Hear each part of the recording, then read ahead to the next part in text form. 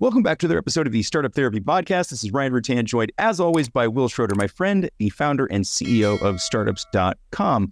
Will, founders are pretty important to a startup company. They sort of don't exist without them at the early stages, but at what stage does it become just a thing the founder keeps doing well beyond the point of needing to be there, right? At what point can we just pluck that founder out and everything continues to go as planned? I think it works never, although it's also the dream, right? The dream is like, I'm going to build this thing and eventually backfill myself with someone else, and they're going to do things just like I did, in fact, better, because they're more talented or they're more seasoned, they're more whatever, right? We're finally going to put management in place. I remember an old friend of mine, you remember Artie Isaac?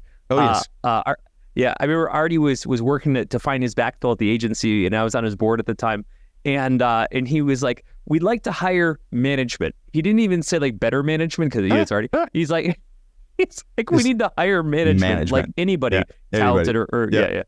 And I get that, because, you know, we all feel like frauds, and like we all believe that we're going to bring the real person in that really knows how to do this. And it fails like every single time. So today, I we definitely need to talk about if this never works, why this is such a fantasy. You know what I mean? Yeah. I mean, you know, and we see it manifest in a couple different ways. Like there's the replace the founder, which you do see happen. And again, to your point, kind of like rarely do we see it work out. The other one is, ever seen a business get sold and then see bad things happen to it? It's not exactly the same thing, but it's damn close, right? Like post-acquisition, things just don't go well, right? I sold a relatively simple business at one point in my career, and within a very short period of time, it ceased to exist because I was no longer at the helm, right? And there were other factors, sure. I'm not saying like, had I been there, everything would have been fine, but there were clearly some things that happened that probably wouldn't have had I continued to stay the course, right? I think I've tried to, if I had to go back over 30 years of my career across 9 companies, I think I've tried to do it bona fide, like made a CEO hire, you know, basically my backfill, at least 7 times in my career. So no stranger to this one. It failed 7 times, right? So the conventional wisdom is either you made a bad hire or you just always gotten back involved, et cetera. Not true. Not true at all, right?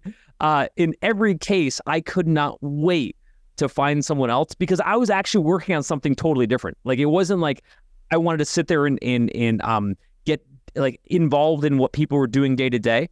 I was going to go run a different company. Like, I had no time to do this, so I could not have been more disconnected. And every single time, I had to get pulled back in against my will, right? So I wanted to come back. But because I don't think people are taking stock of what really makes the founder contribution unique, how it's kind of not really a job. It's like a DNA of the company. You know what I mean? Yeah, of course. I mean, it literally born from the thoughts, the dreams, the vision of the founder. And to the extent possible, you impart that on the rest of the team. You might try to impart that to a new hire. I think that's also, you know, it's interesting, because I think some people might make the case like, well, but what if it comes from within, right? Like, what if this is somebody else? We've seen this, right? We've seen it from, you know, junior employees who continue to be promoted up and then took over a company. We've seen co-founders eventually, you know, change roles or take on the CEO role. And still, the outcomes are not stellar in most cases. And I think it does go back to that. Like, the companies do take on a shape. And I think your DNA analogy here is the accurate one. They take on an innate form that mimics that dream of the founder and the vision of the founder, the skills of the founder. Once you extricate that, right, you take that out of the equation, things change a lot and fast. I think at which point, and let's be clear, at which point the business doesn't need to be like wildly innovative anymore, then sometimes you can make that transition. In some cases where the business needs to be run and not grown, not to say it's not going to grow, but like just running it day to day. And by the way, that's a totally different aspect of the business, right? Take Apple, right? You know, considered one of the most innovative companies, right? And obviously you've got one of the most iconic founders in Steve Jobs, and then you've got a phenomenal CEO in Tim Cook, right? So Tim Cook is a great CEO, not taking anything away from him, but he ain't coming up with iPhones, right? Like Apple's innovative days are behind it. He'll figure out how to deliver them in mass, but he's not the one who's going to be like, hey, you know what? Yeah, exactly. And so at which and Apple's in a tough spot because that business needs to be innovative. Let's take another case of a business that does not, insurance, right? So let's say you're running an insurance company. And granted, I've got some good friends who've come up with new models for insurance, and there's some innovation behind it, and that's where the founder DNA matters. But I'm talking like old school insurance, like just regular old insurance, right? An insurance company could run for the next 200 years with no innovator behind it, right? Like it just needs to be run. Think of a couple of businesses pretty close to you that fit that mold, Will. Yeah. In the insurance capital of the world in Columbus, Ohio, right? So here's what I would say with that. From can someone run a business better than us? Of course, right? But what we're saying is when you take the founder out, the founder DNA, that vision, that consequence, and all those elements, something is lacking. And you can't put a LinkedIn job posting up to replace that. I think we have a really hard time as founders really understanding what that value is or how damn near impossible it is to replace. Yeah. I mean, I think that inherently, like, founder to founder, we kind of know these things. We may know this about ourselves, but even then, like, and I'm curious, like, do you remember what it was that deluded you into believing, right, that you could be replaced? Because clearly, like, it's tough to see from the outside. To my point earlier, where there's so many things that you just really can't fully impart. You can't pass on to somebody else. You can't transfer vision in the same way that you can transfer a skill, because it's not repeatable. By nature, you're constantly looking to something that doesn't yet exist. So you can't like show somebody how to see that, right? You can explain what you see, but you can't give them the ability to keep having vision. So knowing these things, right, and having been through this 7 times, go back and try to pull out, like, what was it that made you think, like, this time it's going to work, or, I'm not that necessary, and where did it turn out to be just absolutely wrong? Well, okay, so the first one was I just assumed that vision, the vision of what a company should be, how it should operate, how culture should work, et cetera, was something you could read or deliver and impart and move on. Currently, business school agrees with you. Right, of course. It made a big business out of it. But here's where that falls short. That assumes that the recipient has as much passion about what became of that vision as you did, right? Years and years ago, when I was doing a startup, and I've talked about this before, the startup that I did with Jamie Siminoff, the founder of Ring, and we did a company together, and it was my idea. I kind of came up with it. I brought Jamie in, and I brought my other friend Josh in, and Jamie became the CEO. Years later, after we sold the company, Jamie came back to me. He's like, "I'll never do that again." I was like, "What's that?" He's like, "I'll never work on someone else's vision." And he said, because it sucked, because when I'm up there pitching or talking to partners or whatever, I didn't really care about it. And I was like, "Hey, Jamie, the reason I didn't want to be the CEO because I didn't care about it either."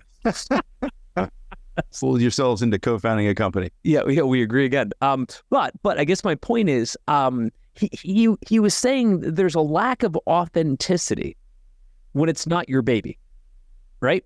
There just is. And when you're getting up there and you're saying we have to unsubscribe from every email, when it was your idea, you could be dumb enough to be passionate about that because it was your idea. When it's just an idea, somebody else's idea, I hesitate to use this analogy because it's got a lot of personal undertones to it. But when you're talking about if it's your kid versus someone else's kid, right? When it's your kid, you're willing to overlook all of their issues and everything else like that, right? When you're taking care of someone else's kid, you want to protect it, but when the kid's a jerk, you're just like, it's a jerk, right?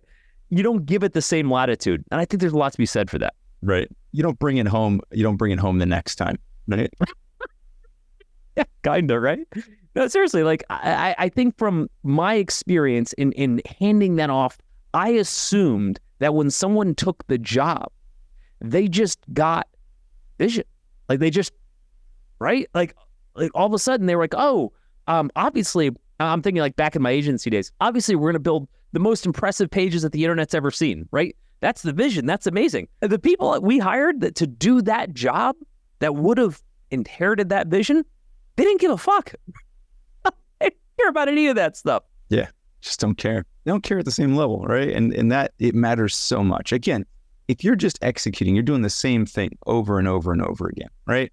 The difference between, are you flying the plane or designing one, right? Are you a pilot or an aeronautical engineer, right? And that's what it comes down to, right? If you just know you need to follow a certain set of rules and here are the guidelines, here's max altitude, max speed, here's all this stuff. And as long as you stay within those parameters and you operate it well, things will do well, right? But when the destination is unknown, when the form factor is still, not completely there, when there's still 2 or 3 more growth phases or a pivot or 2 to go through before you finally get to that point where you're really doing what you want to be doing, the idea that somebody else is going to pick up that and run with it and carry it to where it needs to go, it's ludicrous, right? It's go back to your analogy around kids, right? Do you stop parenting just because your kids start going to school? Do you assume that person is going to now pick up and just take them the rest of the way? Now they'll get everything they need from over there. We hired the CEO; they're good, right? Now the kids will be raised by no, right? Because they don't understand them at the same level. They don't have the same level of passion for the outcome. None of the inherent needs of that child or your startup are going to be carried forth by that teacher or that new hired gun CEO. That also radiates externally. When you show up at client pitches, when Tim Cook is on stage versus Steve Jobs presenting next gadget, it is not the same, right? Now, to be fair, that guy was a master salesman in Steve Jobs, right? So like almost anybody would have a hard time replicating that, right? However, it's also just not the same, right? Like I would almost argue, and maybe I'm stretching here, but like if Steve Wozniak, the other co-founder of Apple, got up there and presented a new device, there would be something special about the co-founder of Apple presenting it, even though Woz is a weirdo, right? No, it's a different spark. Yeah, it's a strange guy. Yeah, it would fly over the heads of most people. They wouldn't understand what he was saying. But there'd be a very different level of energy, right? Like you can put Tim Cook into a turtleneck, but you cannot make him Steve Jobs, right? The energy's not there, the passion's not the same. And I think as founders, we overlook that. We're just like, oh, well, again, other person can do my CEO role, my managerial role, my experiential role better than I can, and therefore I guess that all these other things keep happening. The founder is not a job, it's an institution. It is baked into what the DNA of a company is, and you kind of can't hire for it. But I also don't think that's necessarily what people are trying to backfill, right? When I was trying to backfill, I was like, dude, I want to go do other stuff, right? Like, I need somebody to be sitting in this chair that's not me. The motivations are important, right? The reason why, but I think there's a danger in that too, right? If that's like, I want to go do something else, cool. And that's a strong motivation, especially for founders. Like, we love a shiny ball, right? We are ready to go chase. Super dangerous, because then we can decide that, like, look, I'm going for the right reasons. I'm going to go build something else. This is really what I want to be doing. Cool, but like at the cost of what, right? You're extracting yourself from a situation that still probably needs you. I remember realizing at one point that part of the challenge I was having was that I was having several meetings a week with the team, but the other 300 meetings that only happened in my head, where a lot of the vision was sorted out, where a lot of the passion was rekindled, all of these other things that were happening were only happening to me and for me by me. Why? Because I was the only one that cared that much, right? I'm the only one who's going to have a meeting with himself in my own head, right? Like, we spend so much time in our own heads that we forget that there's not an audience there, right? I realized at some point that, like, I was having trouble separating the conversations I'd had with myself and the ones that I'd had aloud with my team. Like, which one of those actually had an audience, right? Like, you're just always in pitch mode. You got to remember, sometimes you just pitch into an audience of one and it's just you. That was always my fatal flaw with you guys. I was like, it's all worked out. And guys would be like, have you bothered to tell us? Yeah. Oh, it's worked out. Like, we just need to execute to the plan. Share the plan, right? Yeah, remember to share the plan. Yep. So the second part that I think that we have a hard time understanding, call it the value, would be the pain of consequence that a founder or founding team feels that is so dramatically different than everyone else. And I'll give you a tiny, tiny example. As the CFO of the company as well, one of the reasons that I've always been CFO of all the companies that I've done isn't because I like finance, like, at all. I do like having the wherewithal to know what the finances are, and that's great. It's because at the end of the day, I don't trust anyone else to do it.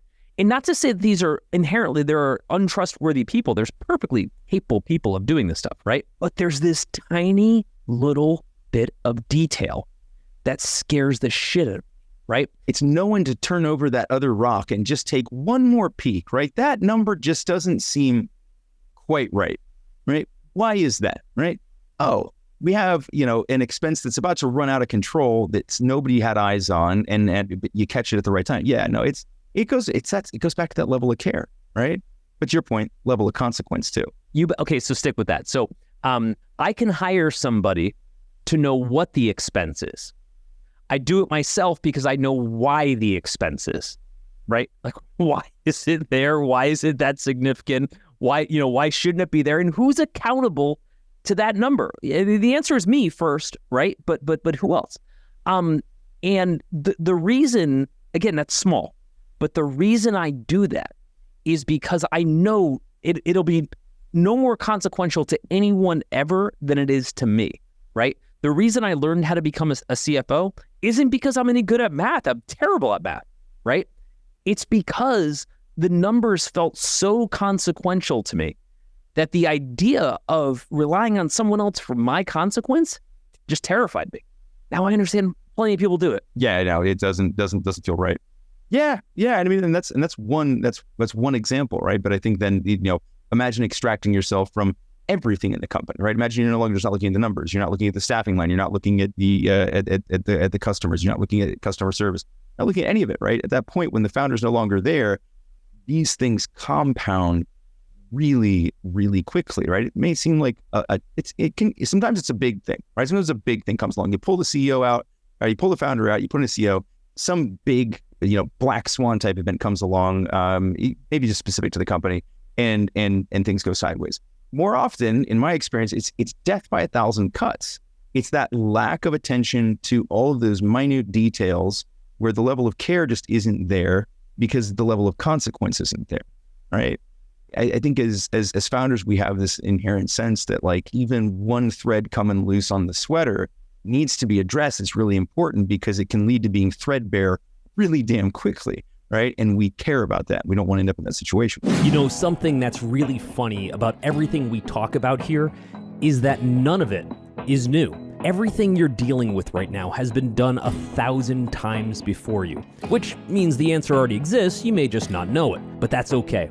That's kind of what we're here to do. We talk about this stuff on the show, but we actually solve these problems all day long at groups.startups.com. So if any of this sounds familiar, stop guessing about what to do. Let us just give you the answers to the test and be done with it. Here's the way I always think about it.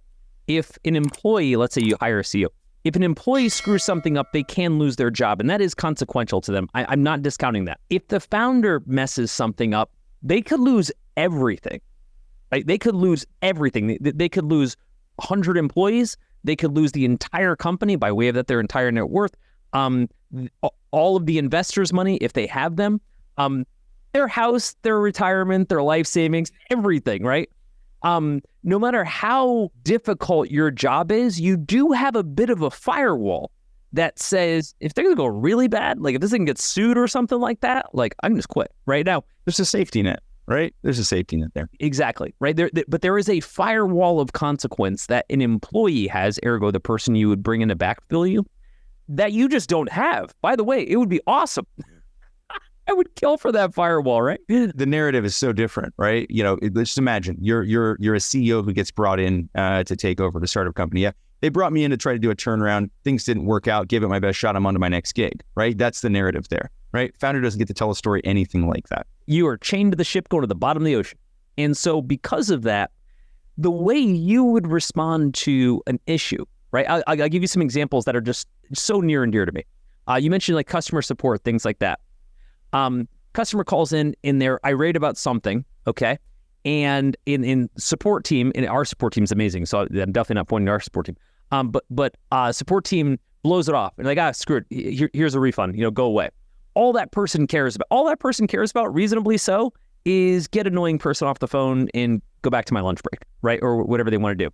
Zero consequence. You're looking at it going, dude, I'm not going to get paid. Like this whole company's not going to get paid. I'm not going to get paid. Like I can't pay my personal bills because you decided this person was too rude and you need to get off the phone with them, right? Now, again, this isn't me saying like, all of these unstable customers are terrible or amazing. What I'm saying is that the lack of consequence that the customer service person might have versus you is dramatically different. Another example is in a sales process where the salesperson is like, the customer was trying to ask for too much. We just couldn't do it. And you're like, whoa, hold on. That's money. We can do it. If it involves money, we can do it. We talked about this last week, man. We gotta do things we've never done before if we want to grow. Right? We just did a podcast on this. If it's consequential to you, meaning like if that customer doesn't pay you, you look at that and you say, we have to fix how we deliver our service. We have to change our product. Remember, we dealt with this a lot with Zirtual, where people would come to us, our virtual assistant business, people would come to us and they would say, hey, will you do this? And our frontline folks, to their credit, this is what they were supposed to say no, we can't perform that service. But you and I would look at that and say, that person was going to pay us like $60,000. Yeah. Yeah, let's figure it out. Yeah. Let's find a way to make that work. Let's find a way to make it work. And so again, when you remove that consequence, and now we're not talking about frontline customer support or sales or something like that. We're talking about the damn CEO, right? The person running the company. When you remove consequence from them, that's a whole different. I mean, the weight and the value of that is tremendous. It's scary, actually. And it's not that they don't care at all, right? And it's not that there aren't some consequences there. But I think when we look at the spectrum of consequence, they're far closer to the I have a perfect and beautiful safety net compared to the founder who just falls off into the abyss. One thing I want to be careful of here is giving people the impression that a founder has to run around and be in every single place all the time and be micromanaging and doing all the jobs. Like, yeah, I mean, pick your battles. Yeah, you got to pick your battles, but you got to care, right? And I think to your point, like the moment that becomes somebody else who doesn't have that same level of consequence, when you remove, when the buck no longer stops anywhere, right? When it can just kind of keep passing and it just passes off into the abyss and then the company disappears and, well, it wasn't great, but it's not the end of the world for them. It's a really dangerous situation. So, but kind of to the point around the micromanaging, like how do we draw the line? How do we start to pick those battles? Like, how do you decide whether you're looking at customer service, you're looking at the finance transactions, or how do we strike that balance? Right. And I think from the leadership standpoint, again, you pick your battles. You're not in every last detail. However, there's something about having that ownership, having that consequence that changes things. I'll give you an interesting example that always stuck in my head. Years and years ago, when I was running swapolice.com, the company was founded not by me, but by this auto dealership, this huge auto dealership network. And I would spend some time with the owners of the dealer network, and they were old school, fourth generation car dealers, right? Owned dozens and dozens of huge dealerships, right? Their great grandfather had a statue of him in the middle of downtown, right? That's how old school this was. Anyway, I would ask him how they did management and stuff like this, right? I'll never forget what he said to me. He said, we walk around. I know there's a joke, management by walking around, but he meant it literally. But that is how it goes. He drives dealership to dealership and he walks onto the lot. And every time he walks on the lot, he runs his finger across the hood of a car, says, how dirty is it? He looks to see how many of the salespeople are out and back smoking, right? He just looks for the little details, because where there's smoke, there's fire. In that business, it was so amazing at how little it took to know when things were off, right? Like those things that you could see. But the reason he saw it that way is because he gave a shit. Right? Like it was his pocket that he was dealing with. When that car was dirty, he wasn't going to make money. Right? And that was very personal. Kind of like you could hire a manager and say, look out for these things, and they'll look out for these things. They'll run checklists and they'll do what managers are supposed to do. They just won't care in the same way. That's what's different. Again, at some point in a certain type of business, like you may be able to put processes into place that say, like, look, somebody's going to go down that line. They're going to make sure the cars are all clean. Somebody's going to make sure that the sales team isn't all on a smoke break at the same time. Great, right? But how many startup companies do you know that are in a position where things are that cut and dried, that obvious, that operational? Yeah. These guys have been selling cars since the Model T. Fourth, right? Yeah, I was going to say. I was thinking, like, wait, was the guy's last name Ford by chance? Yeah, right. No, but it was just interesting to me because it was so clear that it was an owner level mentality, right? That there's a reason he's driving to these lots. They have a massive staff. There's a reason he's doing it because you have to be in the weeds, right? When you try to extricate yourself, which I'm sure they've tried to do over fourth generations many times, you just kind of don't get that level of, I'm calling it ownership. And I don't just mean like a ownership of the company per se, ownership of problems, ownership of outcomes, ownership of innovation, you name it. So let's talk about something that a hired gun CEO, basically nobody else in the company kind of does or even can have. And that's tolerance for risk, right? As founders, that's part of the game. That was literally how this whole thing started. We were like, hey, this doesn't exist. I might want to go build it. There's going to be a lot of risk involved. I accept. Let's go, right? Nobody else has that. Nobody else even really can have the same level of risk tolerance that a founder can have because that's the kind of thing that tends to get you fired. It's interesting because it's almost like if the person had a high tolerance for risk, they probably wouldn't be interviewing for the job. I say that at startups.com, in our history and what's going on 13 years now, we've hired mostly entrepreneurs. Almost every single person we've ever hired has had an entrepreneurial background. So I would argue here it kind of doesn't apply because almost everybody here has had the appetite for risk, which is why they've come here and why they're attracted to be here. However, that's very unusual. In most companies, the person that's interviewing has never taken a risk in their life. In their mind, even taking this job is a risk, which is, again, I can't project my level of anxiety or risk to somebody else, right? But it ain't the same. Right. It's not the same. Yeah.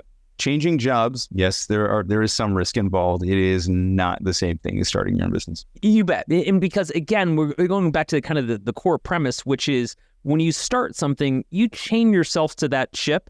And if that ship goes down, you kind of go down with it. If you're an employee, well, often it's like, oh, I don't get paid as much or whatever. It's like, yeah, but you also don't have the downside, which for a mature company is less of an issue. For a new company, it's a very different issue, where it could go either way. Yeah, I mean, the risk that a founder accepts from the beginning and the duration and the uncertainty of when it ends is immense, right? I don't know that there's any other larger risk that I've taken. I'd say it was less risky to start a family than it is to start a business, right?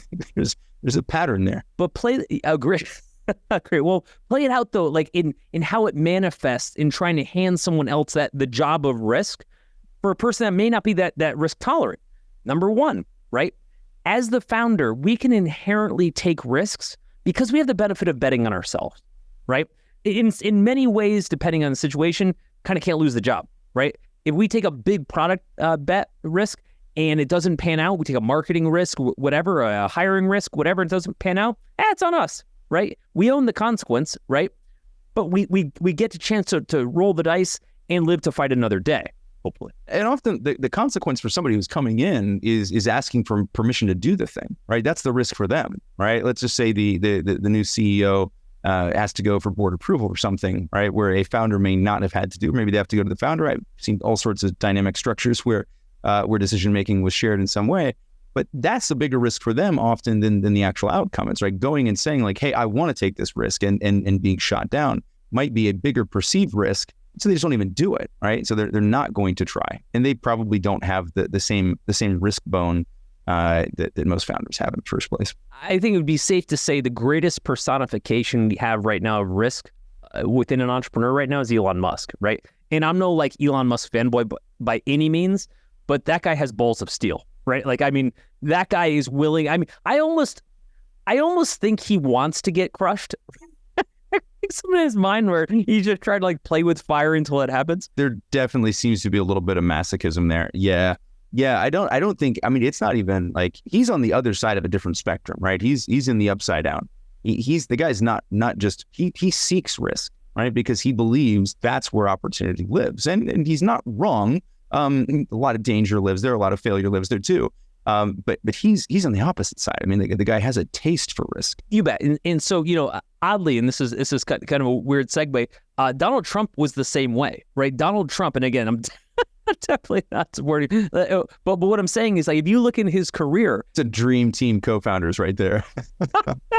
but if you look in his career at the stuff that, I mean, the guy somehow became president, right? I mean, that guy's tolerance for like rolling the dice is just unbelievable. Yeah, because anybody else would have looked at that and stopped well before. They would have been like, yeah, there's no way I could do that. Why would I even attempt the risk? And I think this is where a lot of people shut down. This is the difference between a founder and a non-founder, is that we do the calculation of risk and we're like, yeah, it's really unlikely that's going to happen. And there's all kinds of downside, but I'm going to do it anyways. Right. And that's exactly what he said. Well, okay, so stick with that. What I'm saying is there is a fundamental archetype of that type of person that's willing to do that. Right. You know, we were playing up Jobs. He was certainly that. Like, that guy was born for that. Right.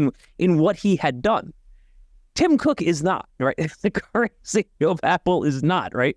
And again, I have huge respect for Tim Cook. He's a phenomenal operator, clearly. I mean, look at his performance. Right. But he's not that.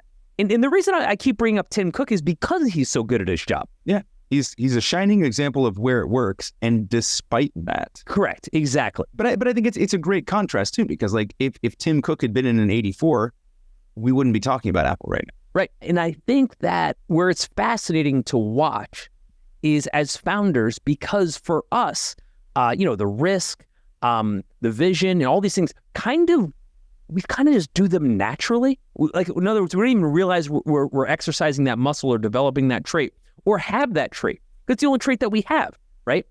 And all of a sudden, we're trying to retrofit and backfill that with someone new, like that square peg, round hole kind of hire. And we're totally overlooking how different those traits are. And, in part of that, Ryan, might be just we're hiring the wrong thing. Right? Maybe what we should have been thinking about is I need a COO, or I need a president, or it's not necessarily the CEO title, but I don't want to lose the founder DNA out of this company. So I need to operate as the founder. What I'm likely looking for is an operator. That's what I always hear, right? I want somebody to manage the day-to-day. Yeah. Manage the day-to-day. I don't want to work in the business. I want to work on the business, right? And so they want somebody to lay hands on that. Yeah, I think operations is a big one.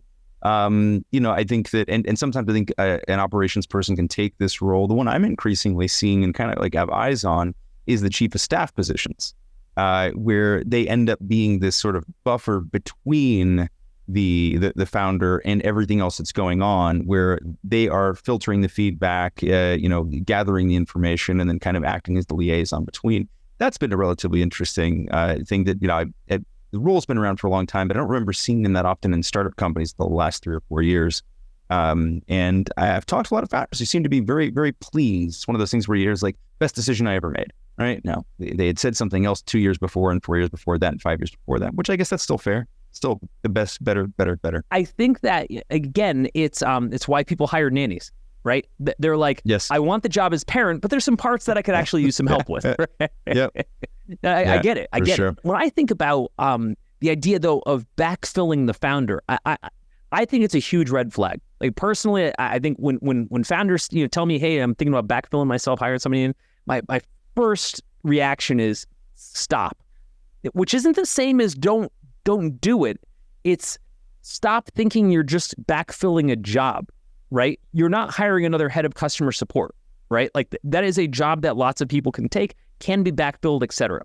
This one is unique. And frankly, I think when founders don't take all these things into account, that's where it fails. You know what I mean? Yeah. And I think, it's one of those situations where I think if they knew it was going to fail, they probably wouldn't do it. Now, I think there are scenarios, maybe we do want to talk about that, where like there's some really strong reason where you really like, maybe we go beyond want and you need to not be running the business anymore.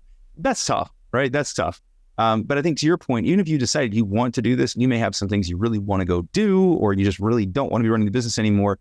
Are you willing to accept the fact that per data, right? Science here, folks, per data, the likely outcome is that the company is going to suffer and probably fail as a result. Are you willing to accept that as the likely outcome? I think most founders would probably say no. I'm sure you've got a collection, I know I do, people who said, did this, wish I hadn't done that because now the company's no longer there, whether that was, selling the company or bringing in a new team or stepping aside, whatever it was that led to the demise of the company. In most cases, they said, have it to do over again, I would do it. I wouldn't do that this time around. And so what do we say to the founders that are in that situation where it's like they're in that kind of a need category, right? Where it's like, I just can't do this anymore for whatever reason that might be. Sure. I'd say start to decouple it. Decouple what the job is from what your contribution is, right? Because they're often different things. The job is politics and managing people day to day in a bunch of bullshit that frankly other people are better at, right? 100%. But being the founder, setting the vision, be able to follow the important details and run something down, run your finger across the hood of the car and say, hey, something is off, and be able to go in. You take that DNA out of a company, and we haven't even talked about the culture of the company and how you're connected to the employees, to your customers, investors, etc. You cannot pull that route and pretend nothing's going to die. It just doesn't work that way. So the first thing I say is decouple who you are as a founder and what your value is from what you're just trying to not do anymore, which is usually pretty operational. Yeah, no, that's a great point. Yeah, I mean, the culture aspect's a huge one. It's very rare that a founder replaces themselves with a CEO and none of the team notice. Right? It's a big one. That's tough to navigate. I mean, that alone is going to skew. It's a problem if they don't. Yeah. I haven't been for 2 years. You've been getting the paychecks. So I think it is tough. It's tough to decide, like, and even if you're able to decouple it, right, there's still going to be some challenges there. Again, like decoupling parts of yourself and hoping that everything continues to go right, where like, maybe you stay around to handle the vision, or you stay around to manage some of the really high level politics. Maybe, there's a couple other co-founders involved. We also didn't talk about that. I think we've kind of been positioning this as sort of a solo founder type scenario. It's obviously very different when there's co-founders involved. Not necessarily easier. In fact, in a lot of ways, it's probably more difficult because you're at the same time you're trying to extract yourself. You're going to create an imbalance for your partner and co-founder. So yeah, it is a tough decision to come to. But I think to your point, once you arrive at that point, you haven't really arrived. You've arrived at the indication that maybe this needs to happen. Pump the brakes. Spend a lot of time really thinking about and trying to abstract out the layers of kind of what the job is and what your unique value to the company. Yeah, I don't think there's any founder out there that says once they get rid of me, everything will be so much better. I think they think here are things I'm bad at, or here's where I'm burnt out, right? So when they pull me out of that, we'll be better off for it. And they are right. They're doing that though. They're making that decision at the expense of what they have that's unique to them, kind of, what makes them a unique asset to the company. So what I would say is, if you're thinking about making this move, or if you have made this move, right, separate the two. Separate what it is operationally that you need to backfill and level up, and you probably do need to do it, but do not separate the part that is the DNA of the company. That is taking the root completely out of the company, and there's no room for that. That is your job as a founder. It's why we exist. Overthinking your startup because you're going it alone? You don't have to, and honestly, you shouldn't, because instead, you can learn directly from peers who've been in your shoes. Connect with bootstrapped founders and the advisors helping them win in the Startups.com community. Check out the Startups.com community at www.startups.com to see if it's for you. Could be just the thing you need. I hope to see you inside.